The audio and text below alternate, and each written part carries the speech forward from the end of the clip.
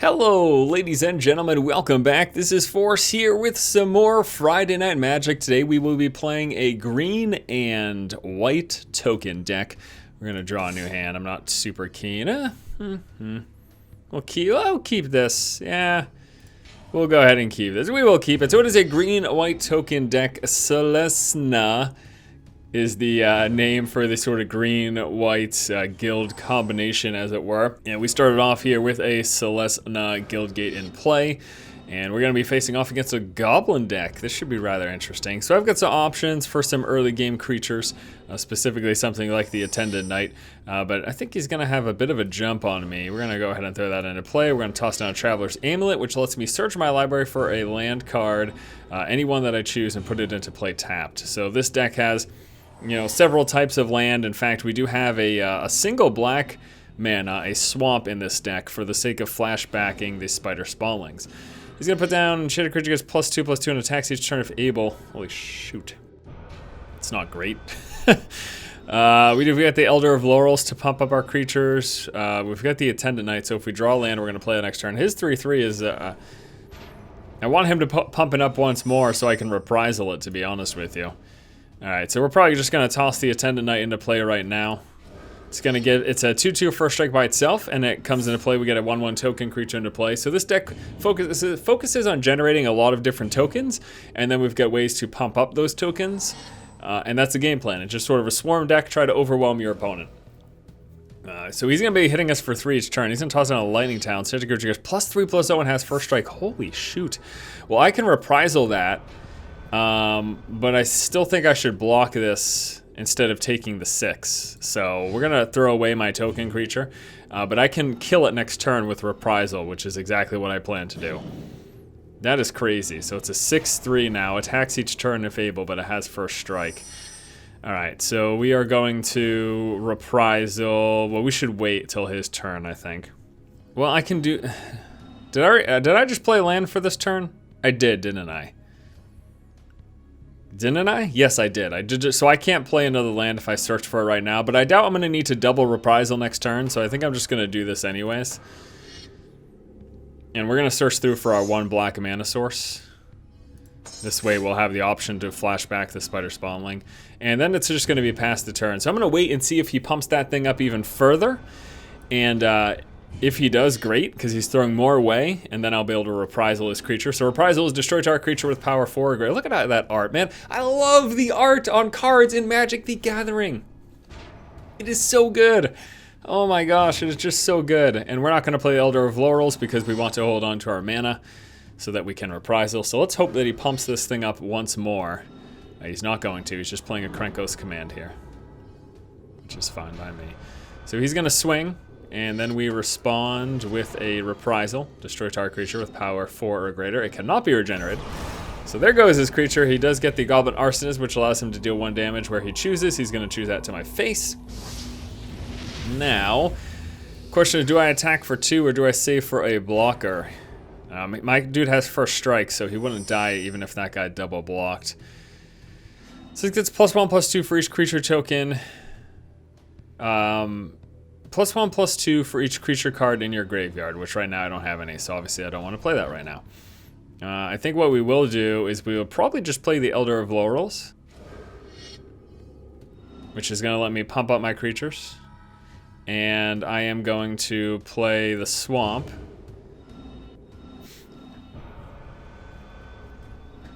And I think I'm going to pass the turn. I'm actually going to save this for a blocker.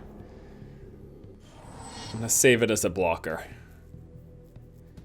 And we can pump it up next turn with our Elder of Laurels, giving it +2/+2. But that wouldn't make sense. We only want to do that when we've got more creatures in play, because we can pump it up for a lot more. Although I might have to save this for blocking. We'll see.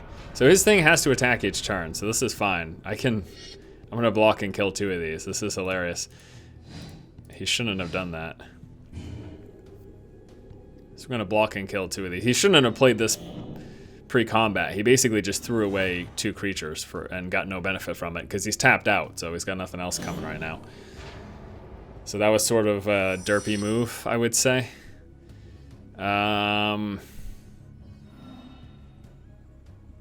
Okay, so again, we can't make any use of that. I think I'm still going to save for blockers. We're going to be pretty passive right now. Although I can attack with this guy, so I might as well attack with him. But I'm going to save him as a blocker. Because I can use this to pump it up at any point. So we're going to move into combat phase. We will swing with our 2/3. If he chose to block, his thing would die. And he's not going to because he's tapped out. So he's going to take this damage here. And then we'll be able to pump him up +2/+2. Yeah, so we can make him a 4/4. You know what I could do? I can actually pump his thing up and then kill it with Reprisal. Okay, so he is going to deal 3 damage to this. I can save it, so I'm going to. We're going to go like this, and we're going to pump himself up. And yeah, sure, we'll use that mana. So he's going to get +2/+2. Making him a 4/5. So that spell, it does deal its damage, but it's not enough to kill. And then, let's see what he's going to do. He has to attack with both of those. Now, does he attack with this guy? He does not, because my guy has first strike. And, well, actually, I guess it doesn't really matter which one. My guy has first strike. Now, if he did attack with it, I would assume that he had like a shock in his hand, because he would attack and then he'd feel safe about it because he could just shock the Attendant Knight, but obviously that is not the case. Now, what I can do is I can actually pump up his creature +2/+2 and then kill it with Reprisal. I don't think I'm going to do that, but that's an option. I think I'm going to wait in case he plays something bigger, because this isn't that big of a deal right now. I will, however, attack him. We're unfortunately not drawing into any of the stuff we really need to draw into. I will attack him with the 2/3 again. And then it'll be 14/14. So as soon as if I draw any of my, I mean, again, this would be great if I had any creatures in my graveyard. But we don't, even if we just had one, I'd probably play this. But we don't have any creature cards in our graveyard, so. We've been drawing a ton of lands. We need to draw into some creature production. That's what we need. Lightning Talons. Enchanted creature gets +3/+0 and has first strike. Oh man. I think this is the time. I think I use Reprisal here. I absolutely think I use Reprisal here.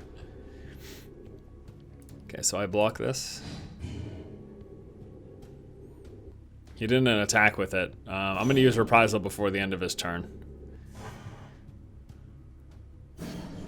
Okay, Reprisal. Destroy creature with power 4 or greater. Goodbye to that dude. So now he no longer gets his goblin production every turn, and we top deck a Baneslayer Angel. Yeah, it's so good. Holy crap, we play the Baneslayer Angel because it's so good. Man, Baneslayer. 5/5, flying, first strike, lifelink, protection from demons and dragons. Ba-bam. Baneslayer itself is like a game-winning card. Oh, this is so amazing. Oh man. All right, now let's see what he has. Does he have any removal for the Baneslayer? If he doesn't, he's in a lot of trouble. Active Treason, so he's gonna take my Baneslayer from me till end of turn. Does he have a fling? If he has a, wait, oh boy. This could actually be really bad. Why did he not attack with the 1/1? He should have attacked with the 1/1/2. Oh, saving it for blocker. So he does 5 damage to me, gains 5 life. This doesn't fling cost 1? Okay, all right, so we get it back. And I can attack with everything, which I think I will do. Okay, so we're gonna go into combat phase, and I'm gonna pump him up with the Elder of Laurels, so that I gain additional life.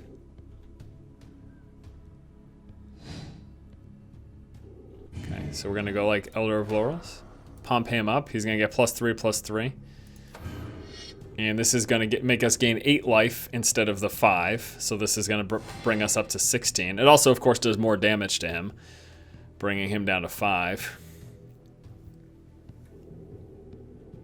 Oh, I could have done it again too. I could have done it a second time. Oh well, that's fine. I almost rather save it defensively. You know what I mean? So that's fine. I could have pumped it up. I can do this as many times as I want, as I can afford it. So I could have done it for another 3 damage there. But I almost think it's better that I didn't, because it wasn't going to be fatal, and this allows me to protect one of my creatures from damage dealt to destroy it. So if he has any spell to try to destroy anything by dealing damage to it, I could potentially save it. But looks like he has been replaced by the AI, so there's the act of treason. He's taking Baneslayer. And then swinging once more for 5.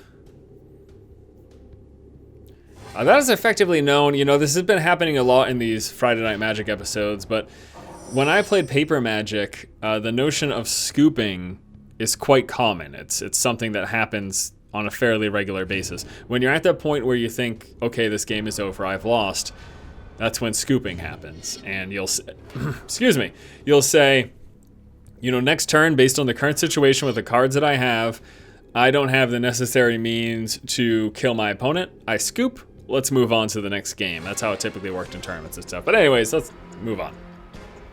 And now on to our next game. This hand is looking much more akin to, you know, something I want for token generation. That first game, we really didn't get a lot of the stuff. We really didn't get a lot of the token stuff, but this game we have got 2 of the Celestna's Evangels, which is a 1/2 that lets me put tokens into play. We've got we got a whole lot of good stuff going on right now. So I'm pretty stoked about that. I'm gonna get that guy into play ASAP. We were playing against blue and green, so maybe some beats with some control. Quite possible. There's the Elvish Visionary. We do have those in this deck as well. We have 4 Elvish Visionaries as well as 4 of the Wayfinders here. We won't go with the Wayfinder right now though, because we have mana to keep dropping. So as long as that happens, I'd rather get these guys in play. You know what I mean? Although it is possible that next turn, I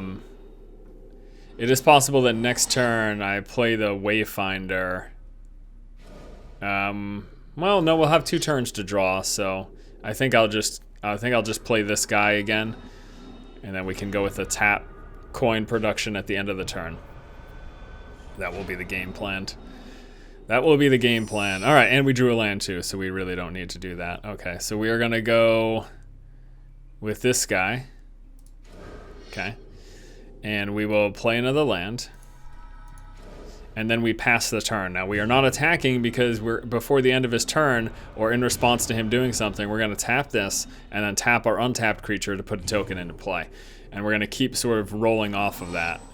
And eventually we'll be able to do, I'll have enough mana and enough creatures to be able to tap both of these and produce 2 tokens a turn. Traveler's Amulet lets him he can pay 1, sacrifice it, search his library for a land, and put it into his hand.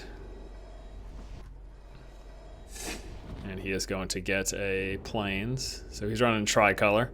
I mean, this deck is technically tricolor, but there's no black cards, and there's only 1 black mana source, and that is for... So we're going to tap this, get a token in play, and that is simply for the flashback of our spiders there. So right now I'm thinking of actually playing the Attendant Knight. And yeah, I'm just going to play the Attendant Knight. And we're not going to be attacking here.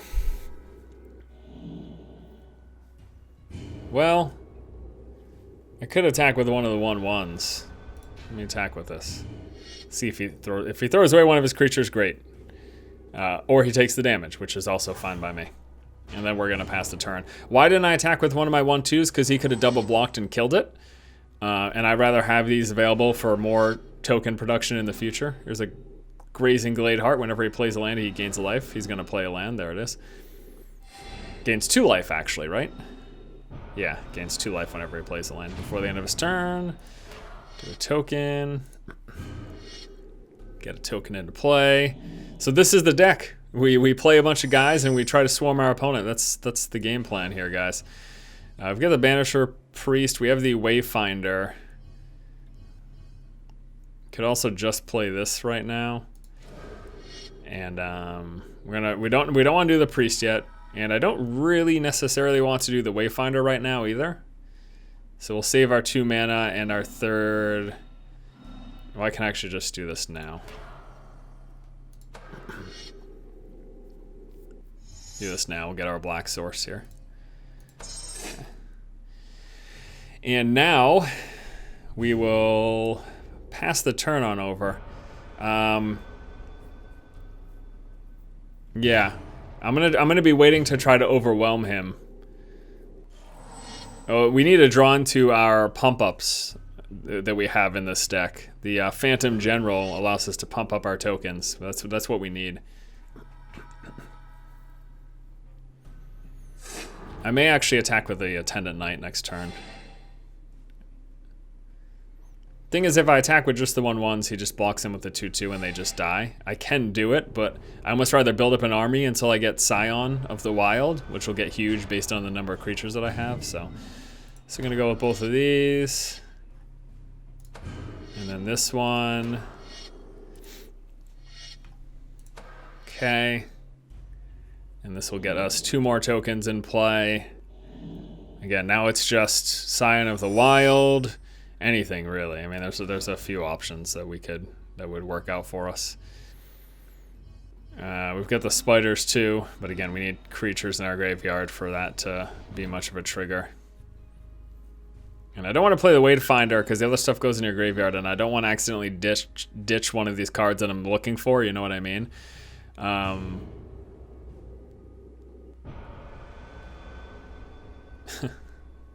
almost really think. You know what? Actually, we'll save 2. I'm gonna swing with the rest of this though.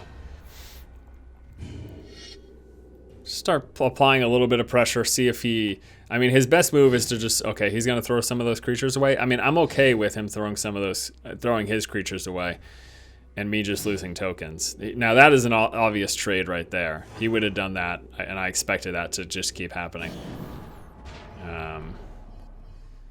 And right now, yeah, again, I don't want to play this because this basically, we reveal the top 4 cards and we pull a land into our hand. But the problem is you ditch the other cards into the graveyard. Now, normally that's not so bad because if we lose creature, we can spider. But I'm looking for one of my, like I said, token pump-ups or Scion of the Wild, something along those lines. Okay, he's going to destroy all non-land permanents. So he's going to destroy everything. So none of this even matters that I could do.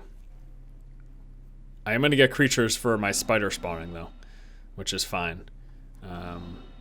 Yeah, that stuff won't matter. Well, I wonder how it resolves. I'm going to try doing this anyways, because I'm actually not positive if the tokens will come into play after the clear resolves. Because if it works that way, I could get 2 1/1s out of this. Okay, no. The tokens come into play first, and then the clear resolves. All right. Oh, well. Okay, so now we can spider spawning and get a bunch of spiders into play. There's a Scion, too. Okay, so I'm gonna actually, let's see, 3, 4, 5. I can't do both of them, so I should just do that. This will give us 3 of these. If I do this first, actually, yeah, I can play a land. Okay, so this should work out. If I get a land, I can play a land. So please have a land in the top 4, and then at least 1 more creature in the graveyard. Okay, perfect. We're going to take this because I want an untapped land. Okay. We got another creature in the graveyard, so that's going to make our spider spawning bigger. Should I play him first and then spider spawning next turn? And then attack with him when he's big? I think that's actually probably a good idea. We're going to play him now. We got an Elder of Laurels in the graveyard, which isn't great, but it's going to be more of a trigger for my spider spawning. So the idea here is now next turn we can spider spawning if he doesn't kill my Scion here. Next turn we can spider spawning and we'll have a huge ass Scion to hit him with. Although he has a blocker here now. It's a Baneslayer Angel. We can Banisher Priest that, which is what we will do.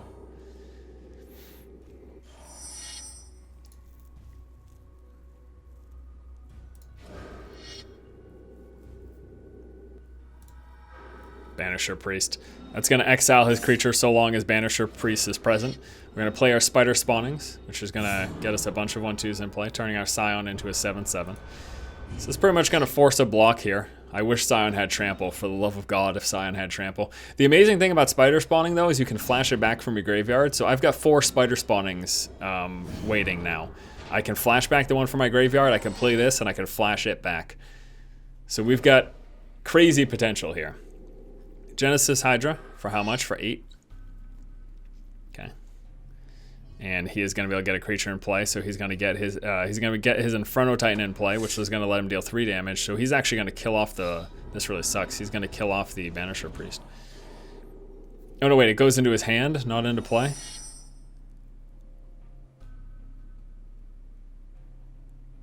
Wait, what the hell? He must have messed up there. Yeah, he must have messed up there. That does not make any sense what just happened. He should have gotten his thing in play. I'm not entirely sure what just happened, but I don't know if he didn't choose it in time or what. Gonna attack with everything but our Banisher Priest. Because it comes into play, you reveal the top X cards of your library. You may put a non-land permanent with converted mana cost X or less from among them into the battlefield. So he should have been able to take his thing and deal 2 damage to the Banisher. Like, that's exactly what should have happened. So that was very strange. Those chain of events were that's a very strange chain of events there. All right, we are going to Spider Spawn. Got a 14/14 now. Let's throw down our... No, we'll hold off on our Elvish Visionary. Swing for this. Everything but the Banisher Priest, because we don't want it to die. So see what happens here. He blocks the 14/14, takes 7, 8 damage, brings him down to 2. Let's play a Visionary just for the card draw.